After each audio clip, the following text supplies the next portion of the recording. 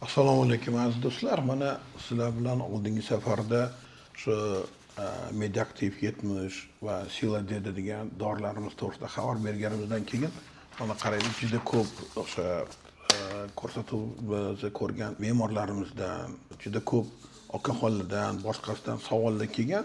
Men shu savollarga javob bermoqchiman. Birinchi bo'lib, Medaktiv preparatini maslahat berganingizdan keyin men qabul qildim. Shu narsani lekin deyaptilar, shu preparatni qabul qilayotgan paytda menda doim xayolimda bu ziyon bo'lib qolmaydimi, bundan bir narsa bo'lib qolmaydi degan narsalar keldi, lekin har kuni yaxshi bo'lgandan keyin ishonib bu narsani qabul qildim deydi. O'zi shu narsa to'g'rimi yo'qmi deganda berdi. Hammada qanaqadir shubha degan narsa bo'lishi mumkin.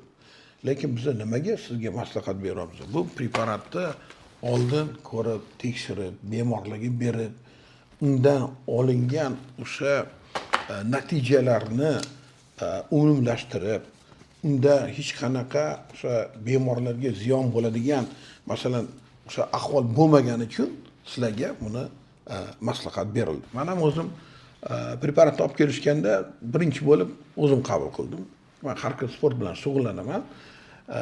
O'zim ham shu narsani sezamanmi yo'q. Bemorlarga berishdan qat'iy nazar baribir boshidan o'tkazgan o'sha doktor o'zi hisoblanadi. Bu nima qilib beradi? Mushtani o'stirishga yordam beradi, chidamlikka oshirib beradi. Eng katta narsa bo'lgan, kasal bo'lib qoldingmi qanaqadir, mana hozir gripp bilan ko'p rosa yoki mana covidni yana qaytarib kelyapti, boshqa qildiryapti. Har qanaqa kasalliklardan keyin tiklanishimiz kerakmi? Juda ham yaxshi. Har qanaqa kasallikdan tiklanish uchun ham juda ham yaxshi qildirib beradi. Travma oldik masalan, jarohat yetgandan keyin o'sha odamda jarohat yetgan odamni yaralarini bitish, suyaklarni bitish hammasiga juda yaxshi beradi. Agarda biz erkak kishini kuchi to'g'risida gapiradigan bo'lsak, mishsani o'stiradigan narsa, ya'ni muskullarni o'stiradigan narsa bu testosteron hisoblanadi. Bu to'g'ridan to'g'ri sizdagi o'sha erkaklik gormonini kuchaytirib beradi. O'sha gormon rost deb aytamiz, testosteron deb aytamiz, shuni kuchaytirib beradi. Booster hisoblanadi. Ana shuni hisobiga o'zi bu hamma yoqda o'smaydi. O'sib bu ko'proq shu O'zbekistonda, Turkistonda, shu Qozog'istonda, Tojikistonda bor narsa, ham juda ko'p emas. Buni mana topib shu nimani ekstraktni ishlatishgan. Shu testosteronni oshishi miya ish faoliyatidan va tiklanishni sizga yaxshi qildirib beradi. Keyingisi mana radiola degan ekstrakt degan radiola bor. Qandli diabet bo'ladimi, holatingiz yo'qmi, yoshingiz katta bo'lib, quvvat yo'qmi yoki trenirovkaga borib zanimatsiya qilmoqchisiz, kuchingiz yo'qmi? Mana sizga eng yaxshi modda hisoblanadi. Agar qandli diabetni ham qabul qilinadigan bo'lsa, harakat ko'payadigan bo'lsa, qandli diabetda ham ahvoli juda ham yaxshi bo'ladi. Mana tuberkuloz oxirgi paytda juda ko'payib ketdi. Nima uchun ko'payib ketyapti? Immunitet tushib ketgan, ovqatlanishingizda kerakli bo'lgan miqdorlar yetishmaydi, tuberkuloz ko'payib ketgan. Mana Medaktivni o'zi, bitta preparatni o'zi sizga qancha narsa beradi. Undan keyin ozish kerak-da. Semirib ketish ko'p. Agar testosteron kamayib ketgan bo'lsa, bizda nima bo'ladi? Semirish boshlanadi. Organizm ichida o'sha yurak, qon tomirlar ichida yog'lar yig'iladi. Buni ichida karantinlar bor. Bir necha xil vid karnitin, arginin bilan birga bu ham yog'larni yo'q qildirib beradi, ham endoteliya deyiladi. Endoteliada oksidazot ishlab chiqaradi, ya'ni ereksiyaga yordam beradi, urug'larni faoliyatini yaxshilab beradi, urug'ni ishlab chiqarishga yordam beradi. Sin bor ichida testosteronni eng hali g'ishchasi. Nimadan testosteron paydo bo'ladi? Ana o'sha sinkdan paydo bo'ladi. Unda bor. Keyin bizda o'sha sinkdan tashqari uni ishlashi uchun o'sha selen degan modda bor. Bu selen oltin gugurtli nima bo'lib, urug'larni sifatini yaxshilashda undagi bo'layotgan epigenetik o'zgarishlarni, ya'ni spermatozoidlar ichasida DNK agarda fragmentatsiyalar buzilgan bo'lsa, mana shu qo'shilishib sizda arginin, karnitin, D bilan birga bu yaxshi o'zgarishlarga olib keladi. Endi agar sizda testosteron past bo'lsa, semizlik paydo bo'ldimi? Semizlik paydo bo'ldimi? Yurak qon-tomirlarga yog' yig'ildimi? Inizitol. Juda yaxshi inizitol ham diabetni yo'q qildirib beradi, ham sizni ozdirib beradi. Karantin bilan uni ta'siri bir necha marta. Testosteron oshadigan bo'lsa, undan bir necha marta. Demak, agar harakat qilib bu narsani qabul qiladigan bo'lsak, demak sizda qomat ham tezroq o'z joyiga keladi va kuch ham, quvvat ham yaxshi o'zini joyiga keladi. Xo'p, endi men shu instruksiyasini o'qolmadim debdi, ustiga mayda yozilgan, lekin buni ichida o'zini instruksiyasi bor. Buni olib instruksiyasini o'qimaysizmi? Buni ichidagi instruksiyasiga qarab turib, uni sostavini ham bilsangiz bo'ladi, boshqasini ham bilsangiz bo'ladi. Mana hammasini ichida instruksiyasi bor. Nimalar qilish kerak, qachon qilish kerak, bu narsalarning hammasi yozilgan. Sostavi hozir men aytib o'tgandek, nimaga ta'sir qilishi, qanaqa holatda sizga yaxshi yordam berishini aytib o'tiriladi. Keyin bu tabiiy preparatmi, hech qanaqa sizlar sinovdan o'tkazganmisizlar? Agarda boshida ham aytib o'tdimki, agar bu sinovdan o'tkazilmagan bo'lsa, nimaga gapiramiz? Birinchi bo'lib aytaman, o'zim. Men 67 ga kirganman. Har kuni sport bilan shug'ullanamiz. Kamida 1 soat sport bilan shug'ullanamiz. Lekin yoshimiz katta bo'lgani uchun baribir o'sha tuxum ish faoliyati ham, boshqa narsalarning ish faoliyati ham baribir tushadi. Nima uchun tushadi? Ana bizani ichimizga o'sha organizmda hazm bo'ladigan, boya yuqorida aytib o'tilgan moddalarning yetishmovchiligi paydo bo'ladi. Даже bo'lsa ham, tushsa ham uni organizm qabul qila olmaydi. Shuning uchun tashqaridan agarda beriladigan bo'lsa, bu immun natural preparat, natural hamma berilgan narsalar. Buning ichida ximiya yo'q-ku. Demak, sizda o'sha allergik reaksiyalar ham, boshqa narsalar ham, побочный действиялар ham kam bo'ladi va shuni hisobiga sizda juda ham yaxshi effektivni bo'lishi mumkin. Keyin so'rashyapti, masalan, qanaqa qilib savollarimiz bo'lsa, kimdan javob olishimiz mumkin deydi. Men redaktorlardan iltimos qilaman, telefon nomerini beringlar. 55 518 58 258 nomeriga telefon qilib, misol uchun agar savolingiz bo'ladigan bo'lsa, so'rashingiz mumkin. Bu absolyutni hammasi sir saqlanadigan holat. Hech kimga siz so'ragan savolingiz borib bir aytilmaydi, boshqa qilinmaydi. Yana bitta narsani aytib, faqat shu telefon nomerlari orqali mutaxassis sizga javob beradi va shu mutaxassisdan sizni qiziqtirgan savollarni so'rashingiz mumkin. Agarda o'sha meni shogirdlarim hammaligisi bittarimta savolga murakkab savol bo'lib qoladigan bo'lsa, ular menga jo'natishadi. Mendan shu savolga javob olib, undan keyin o'sha sizga bu narsani yetkazib beradi.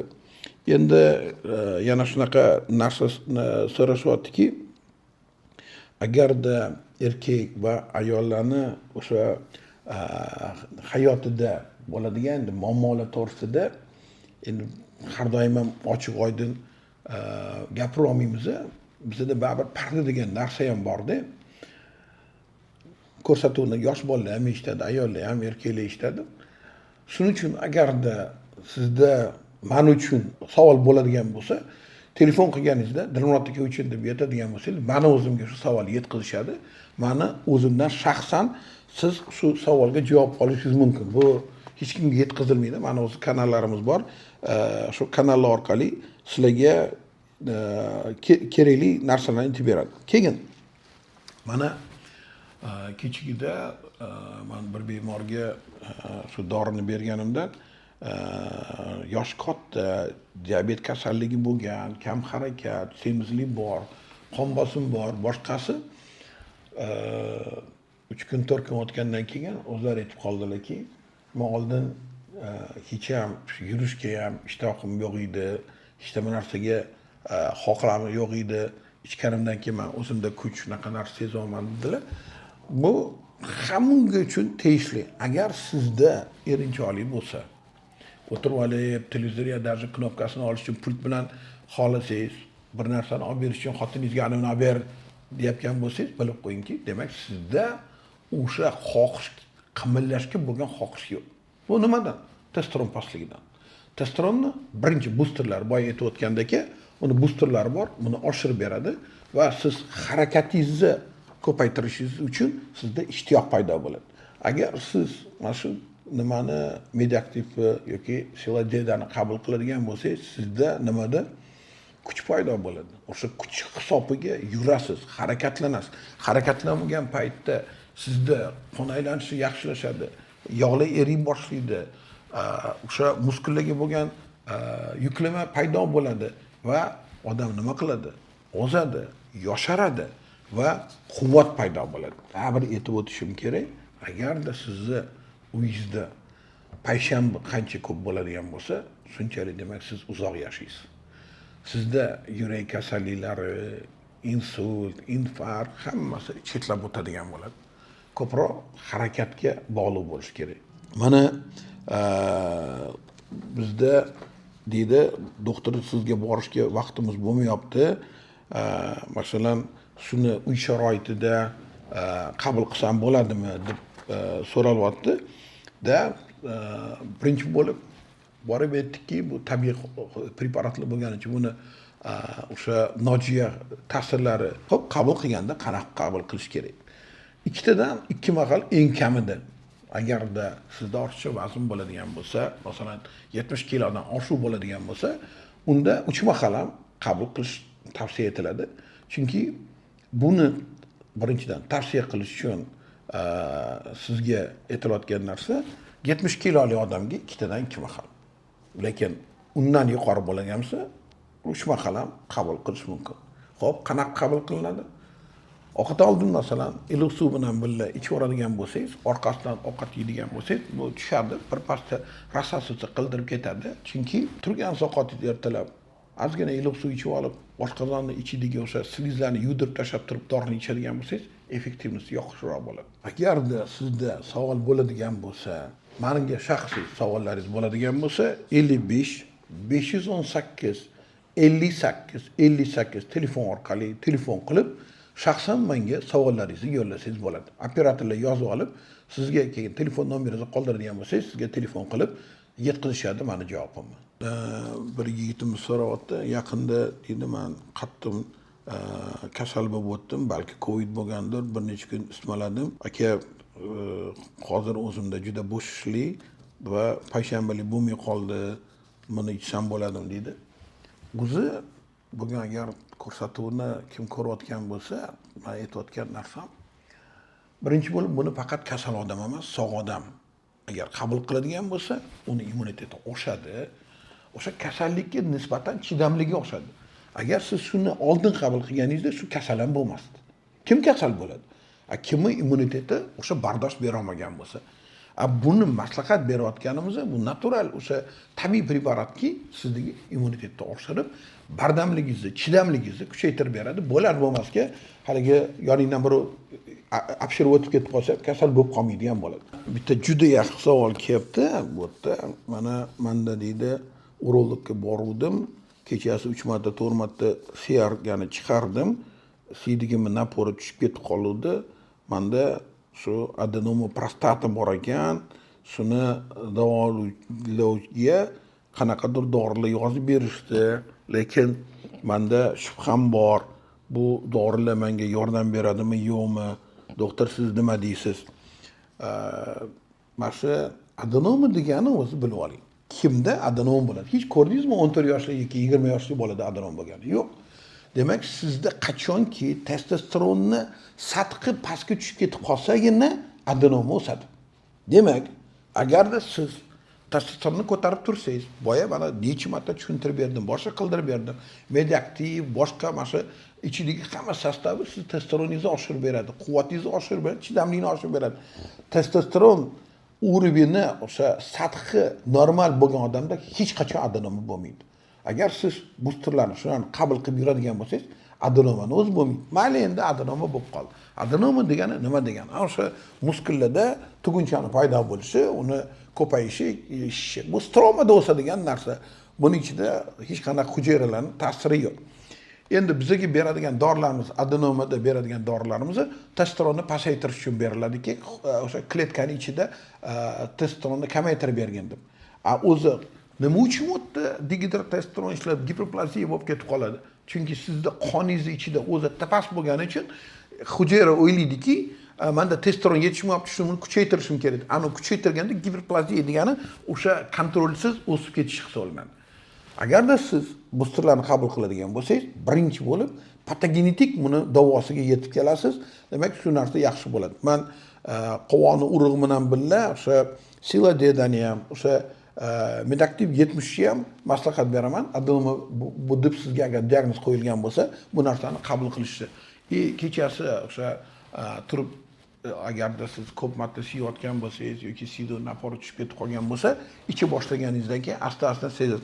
Menda otзывlarim ichida mana bemorlarimiz yozganda manda adenoma bor edi, buyuragimda ish bo'lib ketgandi. Mana dermatga men qabul qilganimdan keyin juda yaxshi bo'ldi. Mana sizga men o'zida zaklучениyalarni yuboraman, ko'rib bering deb. Bu narsani ko'rdik, juda ham xursand bo'ldik. Kimgadir foyda keltirayotganimizni bizani o'sha suhbatda eshitgandan keyin inshaalloh o'sha bemorlarimizni dardiga shifo topilsa, biz o'zimizning maqsadimizga erishganman deb hisoblayman.